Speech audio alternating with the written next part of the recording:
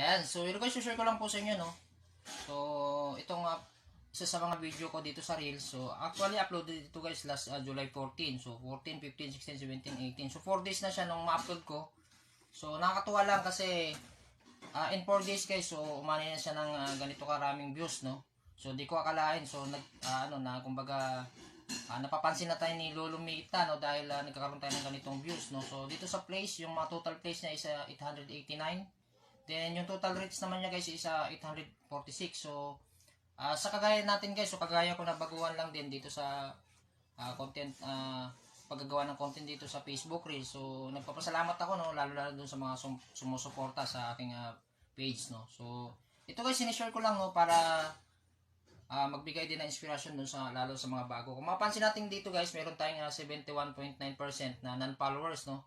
So, meron naman tayo rito ang 21.1% na followers na nanood dun sa video na to. So, dito sa 71.9%, so, beke naman, no? Pakipindot na yung follow button para at least makapagbigay naman tayo ng saya sa ating mga kapwa content creator, no? So, dito sa Facebook Reels. So, guys, sana na-inspire kayo sa video to, no? So, sana nakatulong sa inyo. Sana nakapagbigay ako ng idea, lalo sa mga bago pa lang, no? Nagsisimula din na kagaya ko. At, kung nakatulong sa inyo, huwag niyo kalimutan guys mag-like and share. At follow niyo po guys para ma-update ko po kayo sa mga